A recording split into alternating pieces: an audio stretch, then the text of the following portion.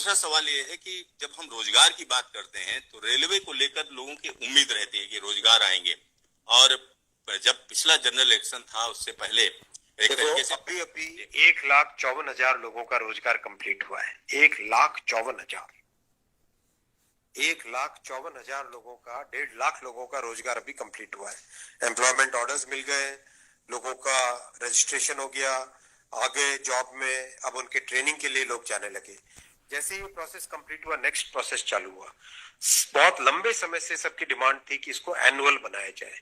Annual इसलिए बनाया जाए, अगर 4-4, 5-5 साल के गैप में आता है तो कई लोगों की एज निकल जाती है उसमें से, राइट। इसीलिए अब एनुअल सिस्टम की तरफ मूव कर रहे हैं। जनवरी में, अप्रैल में, जून में और अक्टूबर में, इन ये चार बड़े चंक है, एएलपी, टेक्निकल, नॉन टेक्निकल और ग्रुप लेवल 1, ये जो 4 बड़ी कैटेगरीज हैं, इन 4 बड़ी कैटेगरीज का साल में 4 हिस्से किए गए हैं कि जनवरी में स्टार्ट करें एक जो एएलपी का, दूसरा टेक्निकल स्टार्ट करें अप्रैल में, नॉन टेक्निकल स्टार्ट करें जून में और अक्टूबर में स्टार्ट करें लेवल 1, और ये साइकिल चलती रहे। इस प्रोसेस पे सारे के सारे कैंडिडेट्स की डिमांड लंबे टाइम से रही है कि 4-4 साल का जो फेज होता है, 5 साल का फेज होता है, कई लोग एज बार हो जाते हैं उसमें। एक हर साल आपको अपॉर्चुनिटी मिलती रहेगी तो सबको अपॉर्चुनिटी मिलेगी।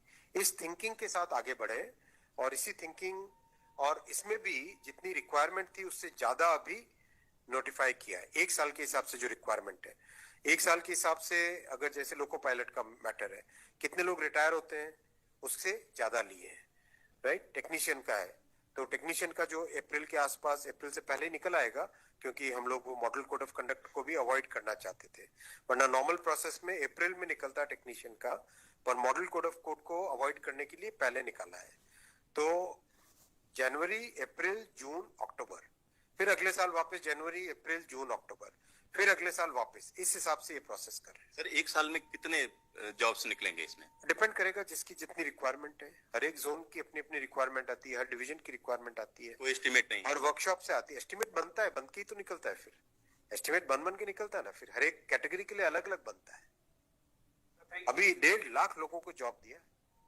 आप सोचो उस एग्जाम की कॉम्प्लेक्सिटी, 500 से ज्यादा शहर, कितनी शिफ्टें, 1000 से ज्यादा शिफ्टें, 15 लैंग्वेजेस, 1-1 करोड़ लोग एप्लीकेशन। कहीं पे कोई कंप्लेंट आई?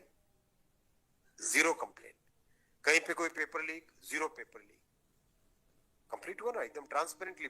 पार्लियामेंट में हमारी ऑपोजिशन के लोग, कांग्रेस के एक एमपी बोले कि आश्चर्यचकित है कि इतना बड़ा एग्जाम कैसे बिना कोई पेपर लीक के हो गया। तो एक उस चीज को भी तो देखो। Thank you sir.